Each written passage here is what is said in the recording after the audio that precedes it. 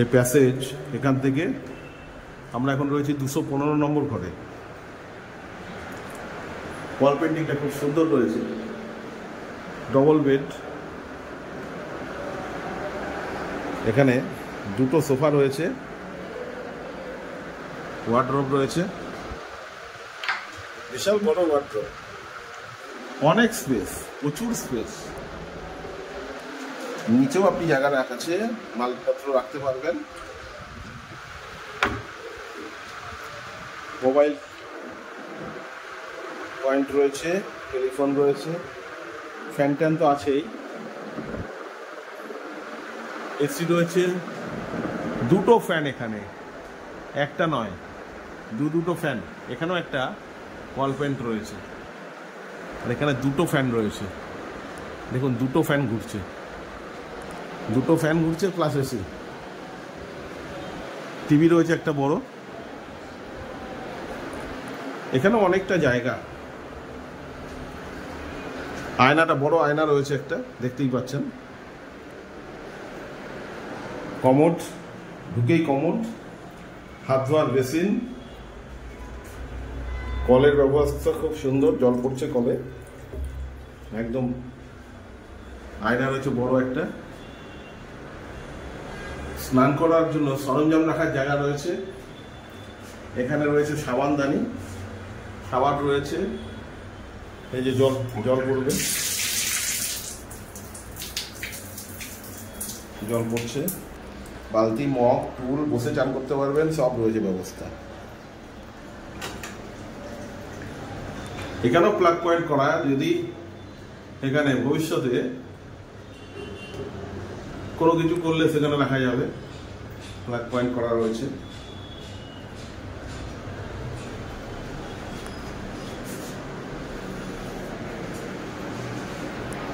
Well furnished, একদম well decorated, well furnished, well coloured, সব কিছুই ভালো।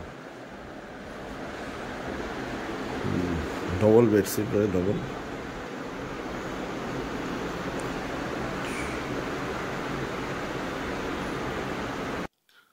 আজ খুব ভোর বেরিয়ে পড়লাম মাইশোর থেকে ওয়েনাদের উদ্দেশ্যে। আগে থেকে টিকিট কাটা ছিল, কোনো অসুবিধা হয়নি। তবে এই জায়গাটা কিন্তু এখন খুবই বর্ষণমুখর, আর ওয়েনাদ হচ্ছে পাহাড়ি জায়গা, এখানে চারিদিকে জলে ভেসে গেছে। তার মধ্যে আমরা এই বর্ষণমুখর সময় রওনা দিলাম ওয়েনাদে। বর্ষায় চারিদিকে সবুজ আর সবুজ। মাইসোর থেকে ওয়েনাদের দূরত্ব মোটামুটি 120 কিলোমিটার, আর আমাদের সময় লাগবে কম বেশি 3 ঘন্টা। এখানে আমরা যে রুটগুলো পেরোবো সেগুলো হচ্ছে নানজানগুড, গুন্ডালপেট, সুলতান বাথেরি। এতগুলো জায়গা পেরিয়ে গিয়ে আমরা ওয়েনাদে গিয়ে পৌঁছবো। ওয়েনাড জেলা দক্ষিণ ভারতে অবস্থিত কেরল রাজ্যের 14টা জেলার মধ্যে একটি জেলা। কেরালার উত্তর পূর্ব দিকে অবস্থিত এই ওয়েনাড জেলা। এই জেলার নথিভুক্ত ইতিহাস 18 শতক থেকেই পাওয়া যায়। প্রাচীনকালে এই জায়গাটা বেদ গোত্রের রাজাদের দ্বারা শাসিত হতো। পরবর্তী দিনগুলোতে ওয়েনাদ কোট্টায়াম রাজবংশের দ্বারা শাসিত হয়েছিল। খুব ভোরবেলা বাসে যেহেতু বেরিয়েছিলাম, ব্রেকফাস্ট করা হয়নি। আমরা এখন রয়েছি মাইসোর উটি রোডে। পৌঁছে গেলাম একটা হোটেলে, বাস এসে দাঁড় করালো, আমাদের আধা ঘন্টা সময় দেওয়া হলো, তার মধ্যে আমরা ব্রেকফাস্ট করে নেব। ধোসা দিয়ে গেল, কিন্তু ধোসাটা গরম হলেও চাটনি এবং সাম্বার দুটোই কিন্তু ফ্রিজের ছিল, খুবই ঠান্ডা, একদম যাচ্ছে তাই, খাওয়া গেল না এমন অবস্থা। কোনো রকমে খেয়ে উঠলাম, কারণ বাসে তো তাড়াতাড়ি যেতে হবে। ড্রাইভার, কন্ট্রাক্টর দুজনেই তারা দিয়ে গেল। যাই হোক, ওনারা খেলেন পুত্তু বলে একটা জিনিস, সেটা খেলেন, চালের তৈরি। আমি ধোসা খেলাম, ধোসা একদমই ভালো না, কোনো রকম খেয়ে উঠে পড়লাম। ওয়েনাদ একটি পাহাড়ি অঞ্চল এবং এটি ধসপ্রবণ এলাকা। এখানে বর্ষাকালে আমাদের আসাটা ঠিক হয়নি। এখানে রয়েছে সবুজের সমারোহ, এছাড়া এখানে জঙ্গলে ঘুরে বেড়াচ্ছে হরিণ এবং ময়ূর, আমরা সামনাসামনি দেখতে পেলাম। একবার দাঁড়িয়ে উঠে দেখলাম ছোট্ট একটা কালো ভাল্লুকের বাচ্চা। যাই হোক, এগুলো দেখতে দেখতে এগিয়ে গেলাম। আর এই এলাকাটায় এখন আসা আমাদের খুবই ভুল হয়েছে, কারণ এটা হচ্ছে ধসপ্রবণ এলাকা, আর এখানে আমরা যেহেতু অনলাইনে বুক করে রেখেছিলাম হোটেল এবং অন্যান্য, যার জন্য এই সময়টায় আসা খুবই ভুল হয়েছে। যতই এগিয়ে গেলাম শুধু সবুজ আর সবুজ। এখানে কিন্তু সময় করে আসতে হবে, কারণ এইখানে একদিন দুদিনে না থাকলে এই এলাকায় যা আছে তা না দেখে বোঝানো যাবে না। এখানে আগে সময় নিয়ে আসতে হবে। সময় না নিয়ে এসে যেহেতু আমরা এই সময় এসছি, আমাদের এক্ষুনি ফিরে চলে যাব, কারণ এখানে থাকা যাবে না। এই এলাকাটা হচ্ছে বন্যাপ্রবণ এবং ধসপ্রবণ। এখানকার লোক বললেন আপনারা এখান থেকে বেরিয়ে যান। যা হয়েছিল সেটা পরে আপনাদের বলবো, আপনারা পরে জানতে পারবেন কি হয়েছিল আমাদের সাথে। যাই হোক, এই এলাকা আমি খুব তাড়াতাড়ি ছাড়ার জন্য চেষ্টা করলাম, কিন্তু যেহেতু হোটেল বুক ছিল, হোটেলে গিয়ে দাঁড়ালাম, প্রায় 40 মিনিট থেকে হোটেল থেকে বেরিয়ে চলে আসলাম। পৌঁছে গেলাম সুলতান বাথেরি বাস স্ট্যান্ডে। এখানে আমাদের বাস দাঁড়ানোর কথা 15 মিনিট, কিন্তু বাস প্রায় আধা ঘন্টা দাঁড়িয়েছিল। এইখানে এসে আমাদেরকে নামিয়ে দিয়ে ড্রাইভার সাহেব চলে গেলেন, কারণ আমাদের বাসের যে সামনে একটা কাঁচ ছিল সেই কাঁচটা ভেঙে গেছিল। যেহেতু কাঁচটা ভেঙে গেছে তাই জন্য উনি ওটাকে সারাতে একাই বাসটা চালিয়ে নিয়ে চলে গেলেন। আমরা এখানে বসে কিছুক্ষণ এদিক ওদিক ঘুরে চা বিস্কুট খেলাম, সময় কাটালাম, আর উনি ওনার কাজটা ঠিক করে চলে আসলেন। আমাদের কিন্তু ব্যাগপত্র সবাই বাসের মধ্যেই ছিল। একটা জিনিস এখানে দেখার মতো যে ওনারা কিন্তু খুবই জিনিসের রেসপন্সিবিলিটি ওনাদের মধ্যে খুব। নিজেরা গেলেন, নিজেরা সারিয়ে নিয়ে 15 মিনিটের মধ্যে চলে আসলেন, আমাদেরকে উঠিয়ে নিয়ে আবার নিজেদের গন্তব্যের উদ্দেশ্যে রওনা দিলেন।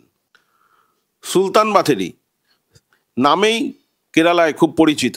এটি হচ্ছে কেরালার সবচেয়ে পরিচ্ছন্ন একটি শহর। এখানে 27,000 লোক বাস করেন। এটি মালাবার অঞ্চলের একটি শহর। এখানে প্রাকৃতিক দৃশ্যে ভরপুর একটি শহর এটি। সুলতান বাথেরির নাম পরিবর্তন করে গণপতিভট্টম রাখা হয়েছে। আর সুলতান বাথেরির মেন রোড বা জাতীয় হাইওয়ের ওপরেই একটি জৈন মন্দিরও রয়েছে। ওয়েনাদের জৈন মন্দির এই অঞ্চলের জৈন অনুসারীদের জন্য সবচেয়ে পবিত্র স্থানগুলোর মধ্যে একটি অন্যতম। ওয়েনাদে মানুষ ঘুরতে আসে পাহাড়, চা বাগান, প্রাকৃতিক দৃশ্য এবং জলপ্রপাত দেখতে। এত সুন্দর দৃশ্য ভারতবর্ষের হিল স্টেশনগুলোর মধ্যে, যেমন আমরা দার্জিলিংয়ে আমাদের আছে, সেরকম ওয়েনাদেও কিন্তু খুব সুন্দর এলাকা। আর এখানে চা বাগানে ভর্তি, পাহাড়ের ঢালে ঢালে চা বাগান, আর রয়েছে নারকেল গাছ, রয়েছে খেজুর গাছ। এখানে যে আপনার কোথা থেকে সময় কেটে যাবে আপনি নিজেও বুঝতে পারবেন না। চারিদিকে পাহাড় দেখতে দেখতে এগিয়ে চললাম। এত সুন্দর। আমরা যেখানে রয়েছি এর আমাদের নিচে রয়েছে মেঘ, আর আমরা রয়েছি ওপরে। বাসের থেকে দেখা যাচ্ছে যেরকমভাবে, দেখুন আমরা ওপরে, আমাদের নিচে মেঘ ভাসছে। এত সুন্দর দৃশ্য, চোখ সার্থক হয়ে গেল আজকে। দেখতে দেখতে এগিয়ে চললাম।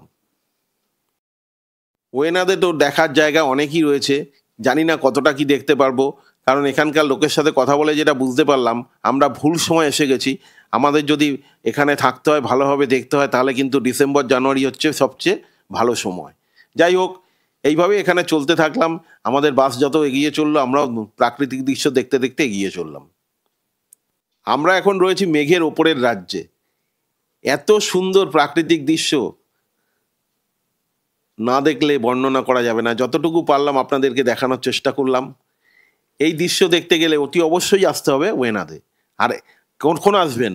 ডিসেম্বর, জানুয়ারি, ফেব্রুয়ারির মধ্যে আসবেন, না হলে কিন্তু এই দৃশ্য আপনি দেখতে পারবেন না, কারণ এখানে প্রচণ্ড ধসপ্রবণ এলাকা এই এলাকা, আর মাঝে মাঝেই ভূমিকম্প হয় এখানে। মেঘ আমাদের ওপর দিয়ে চলতে থাকলো, আমরা মেঘের ওপর দিয়ে চলছি, যেন কখন কি হচ্ছে বোঝাই যাচ্ছে না।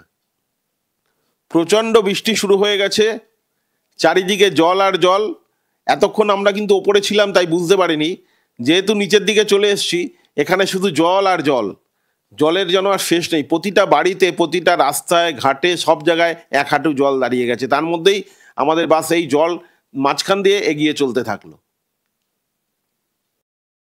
এখানকার লোক বলছেন আমরা এসে ভুল করেছি, কিন্তু আমি বলবো না, আমি ঠিক সময়টাই এসেছি। কারণ দেখুন, সবাই তো ভালো সময় আসে। এখানেও যে বন্যা হয়, এখানেও যে জল দাঁড়ায়, সেটা তো আমরা জানতে পারতাম না যদি এই বর্ষাকালে না আসতাম। যাই হোক, আমার তো খুবই ভালো লাগলো এই সময় ঘুরতে এসে। প্রাকৃতিক দৃশ্য দেখতে দেখতে পৌঁছে গেলাম স্টার্লিং ওয়েনাডে। আজকের ভিডিও এখানেই শেষ করছি। আশা করি আপনাদের এই ভিডিও ভালো লাগবে। আর যদি ভালো লাগে অতি অবশ্যই লাইক শেয়ার সাবস্ক্রাইব করে দেবেন।